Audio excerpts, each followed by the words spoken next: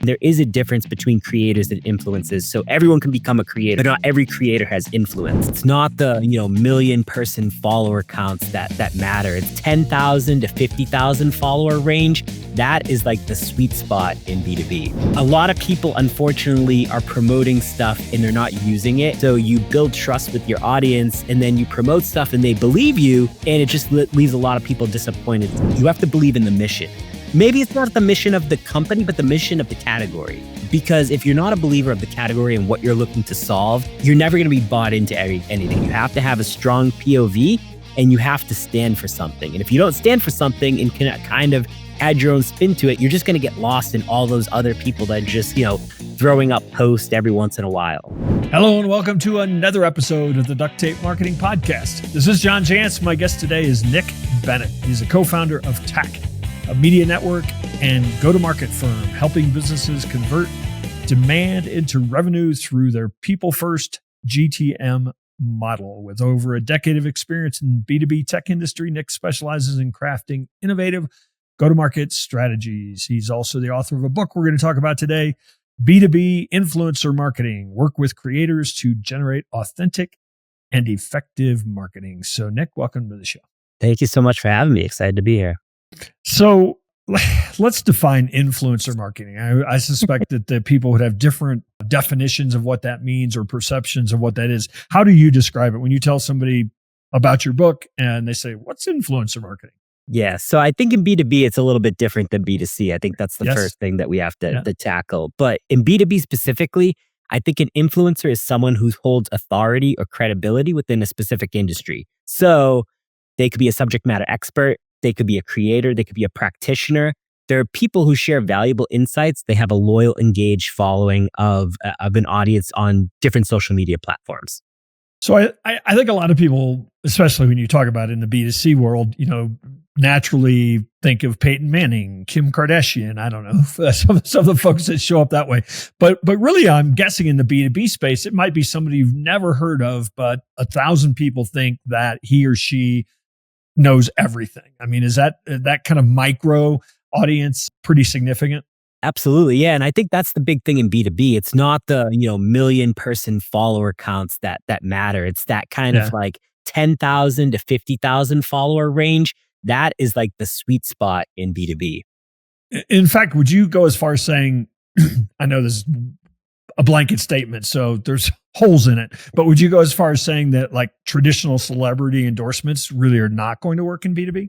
Oh, absolutely. I've seen B2B companies try it specifically at events, and it just hasn't worked, which is why I think so many people are turning to working with creators. And I should mention, there is a difference between creators and influencers. So everyone can become a creator. You and I are both creators, but not every creator has influence.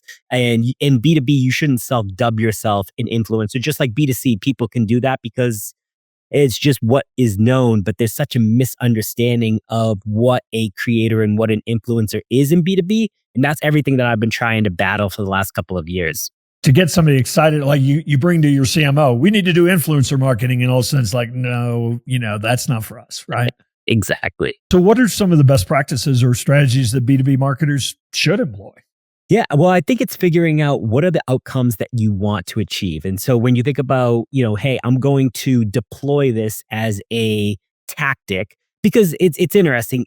Creators and influencers can be used as its own channel, but it can also be used as a tactic within other channels that you're already running, like events and social and things like that. So I think it's understanding what does success mean for us, in aligning your goals around that. And so when I think of like, what are the core KPIs of what success actually means, it could be engagement metrics. So again, if you're going to go on LinkedIn, for example, and partner with people to drive brand awareness, you care about the likes, the comments, the shares, how many people are driving traffic to my website.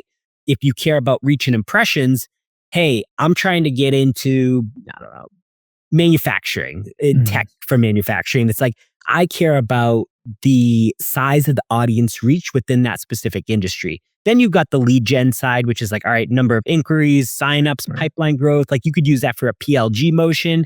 And then revenue impact. Are you directly or influencing sales as someone that is promoting a service? Because it's not like B2C where it's like, hey, go buy this, $20 hair straightener.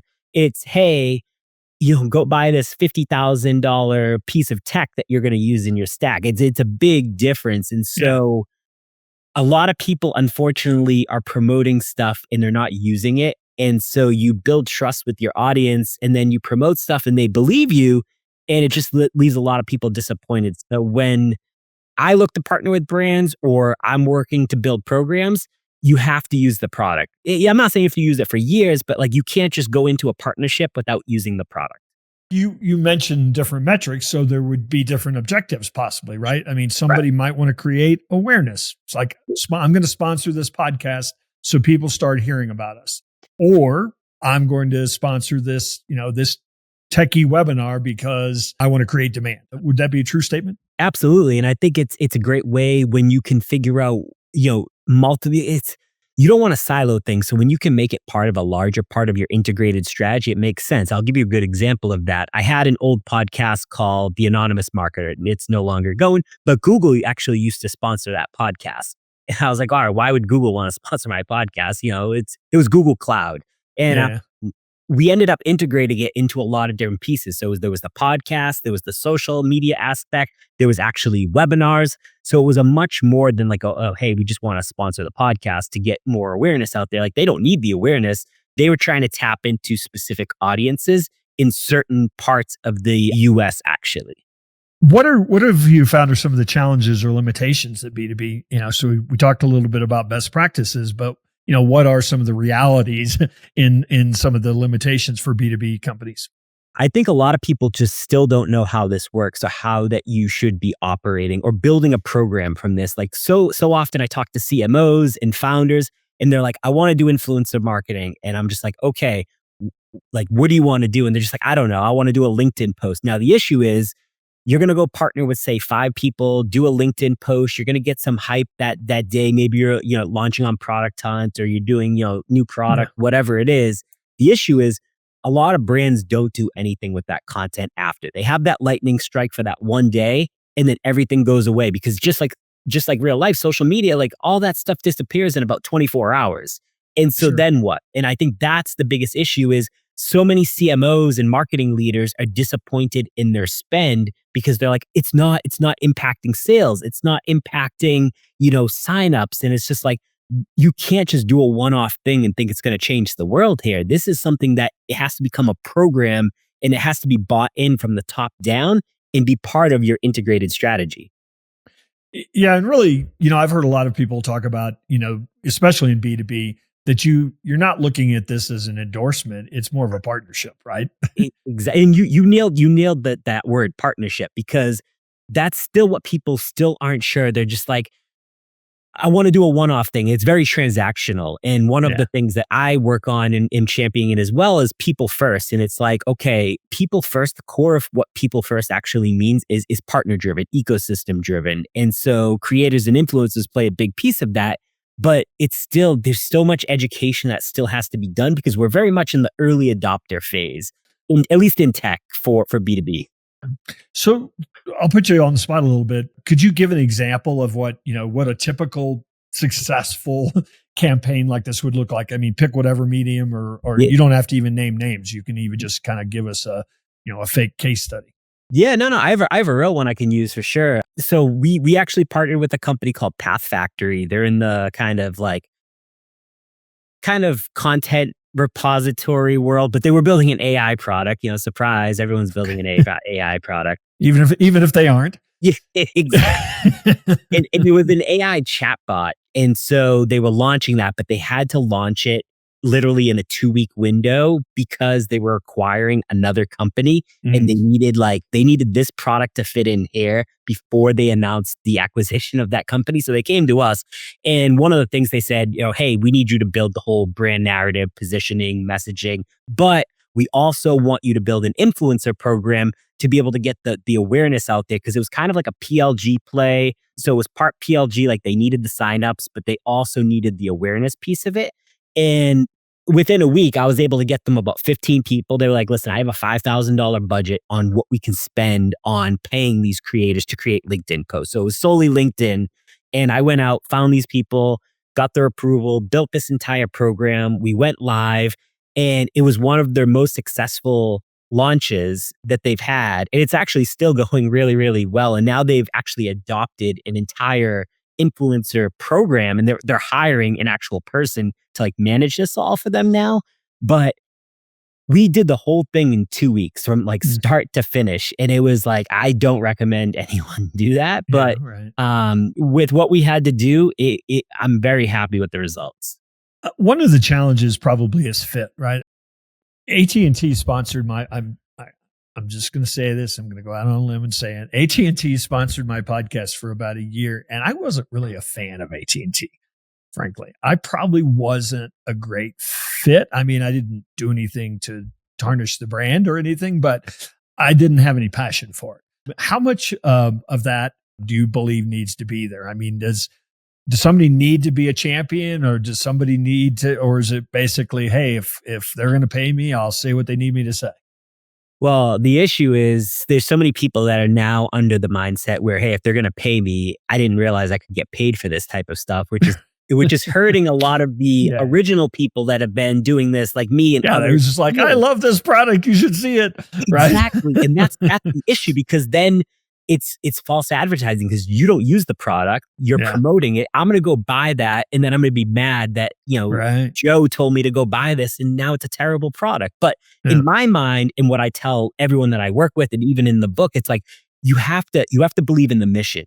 Maybe it's not the mission of the company, but the mission of the category. Because if you're not a believer of the category and what you're looking to solve, then you're never going to be bought into anything. And like I said, you have to use the product. Because like as a marketer myself, I don't partner with any brand where they won't let me use the product. And I want to see how I can fit it into my regular life. Like I did just one recently with this company called Tango, small company, but they basically, what they do is they help you create, SOPs for different, and fantastic product. And so like I started using it because I'm just a 2-person business, and we work with a lot of contractors, and I started to map out all these things. And I was like, oh, wow, this is fantastic. And I feel like it comes across so more human, so more authentic in the content that you create when you can actually use it. Yeah. No, I agree 100%. In the early days of influencer marketing, when it was, people were used to controlling the message, right? And so in the early days, people were very freaked out by the fact that, wait, somebody else who's not an employee is going to talk about us, and we're going to pay him. How much risk or exposure, do people still feel is a part of this? I don't think there's much anymore. Every brand that I've worked with and talked to, they have ultimately, right of refusal on like, hey, does the content go live or not? But they are lessening the guardrails, and they say, listen, I want you to bring your creative freedom. That's why we're paying to work with you. We don't want to dictate what you should write, because that's not human. And so I'm working on one right now where like I'm going through and I'm kind of thinking about it, and I sent it to the brand, and they were like, well, we want you to spin it more like this. And I was just like, no, that's not how this works, because you're trying to dictate my point of view, which is that's not how I fail. And so we actually ended up ending the partnership because they were trying to put words in my mouth a little bit, and I didn't want those words to come out. Yeah. We do a lot of sponsors on this show, and I personally like it when a brand says, here's the talking points, but we want you to say it like you would say it, as opposed to read this script. And personally, I know for a fact it comes off more authentic when I just make it up. 100%. I'm the same way. And I feel like it's so much more conversational versus like, robotic. It's like, it's just like, AI has made content creation so easy today. It's so easy to spot on social media what's written with AI and not. So we don't need that when people are, doing podcasts, webinars, things like that. Yeah. Especially the comments on LinkedIn. Oof, those are painful. What about international market? I know that, again, sometimes, you're in your little bubble, who the people in your space are, you start going out globally. How do you find those? How do you connect? Maybe in some cases, you've got obviously language, issues or not issues, but challenges. How do brands kind of manage that if that's their goal? Yeah, I think it's something they're still trying to figure out. There's one brand in particular called Cognizum. They're like a data provider in Hmm. the UK, and they do influencer marketing really, really well. They've been doing it for like 7 years. Yeah. Fantastic job. They have an entire program, but they were running into a similar issue where they were like, hey, like it's hard to find people globally if you're based in another part of the world. And it's just like, what if, the way I talk about something is not the same way that you talk about something? How do you get that to come across in a different tone? Marketplaces have made it really easy to find people to partner with. And that was something that was always lacking in B2B. In B2C, you could go find influencer marketing, marketplaces like, hey, I want to find someone that talks about AI and tech. Boom, here's 100 people that I could go partner with through this platform. Now, B2B hasn't really had that up until about 6 months or 8 months ago. So many have tried, but they couldn't figure out how to monetize that. And now a few brands have created these marketplaces where they basically play matchmaker, and they pair, regardless of where you are in the world, you with different types of creators based on the filters that you want. And I've been waiting for this for so long because outside of that, you just had to go on LinkedIn or X and find these people and just send them a cold message. And these platforms have made it a lot easier to facilitate the outreach, facilitate the campaign actually happening, the reporting, all of that stuff. So let's flip it around a little bit. I've been talking mostly about how businesses would use this, but if I'm a content creator and I think, hey, I want to get on this influencer, action, how do I get myself identified as a potential influencer? You just got to show up every single day. So I've been creating LinkedIn now for 5 years, every Right. single day. I think at Yeah. most I've taken, a couple weeks off over the last 5 years, mostly around the holidays or if I went on vacation. But I have showed up every single day.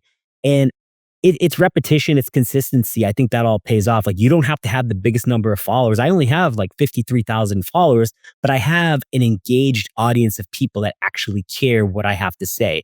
And again, what I've said has changed over those 5 years. When I started 5 years ago, I was a field marketer. I was an event marketer for early stage tech companies in-house, doing my thing. And I would talk about that. Then I started talking about account-based marketing and customer marketing. And then about a year and a half ago, went out on my own with my partner, who was my former CMO at our last company.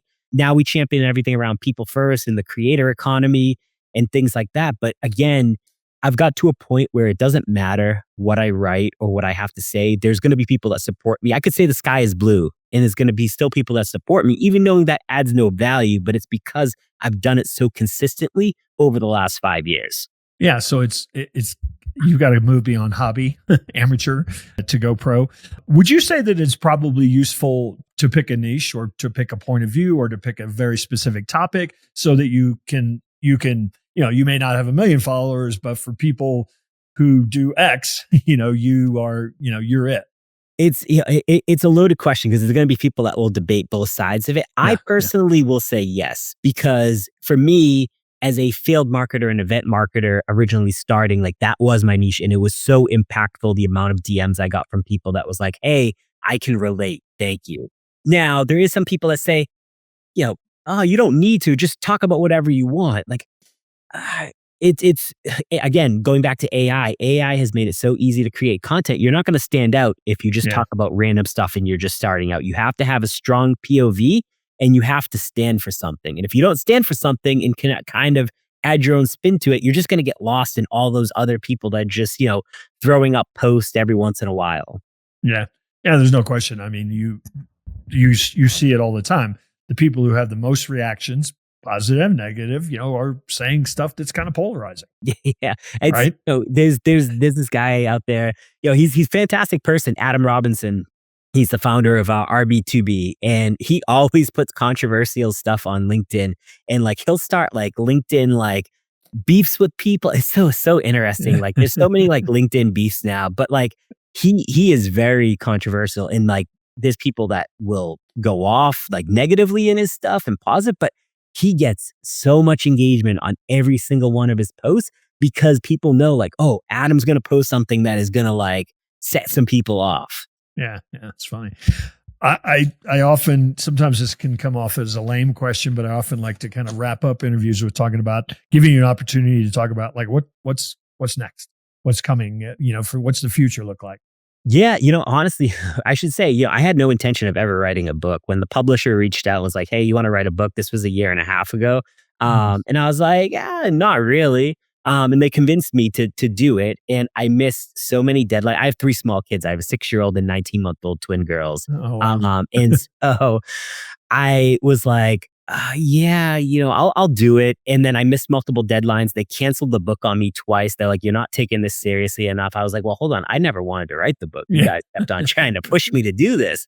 And so finally, we're here and it's out. But like, I will never write another book. At least not like a published book. Maybe self-published, but they are on you like hawks. And for me, like, TACK and just everything that we're working on, like, I'll continue to champion the creator economy, but like the broader umbrella of that is people first. And how do we get people to think about the company first mindset, which was like the old school way of doing things, and moving to more of a human way, which again, creators and influencers plays a huge piece in. But that'll be everything that kind of, at least for the next couple of years, that I continue to push forward. Well, and I think we're, I've been talking a lot about, I think we've been, we see change every year, but I think the pace of change increases every year. And I think AI has just thrown gasoline on that. And so I think that what you're talking about is, I think we're going to see, I've been doing this 30 years. All the control is going to the buyer, in the marketing world. And I think that the human connection is going to be more important than ever.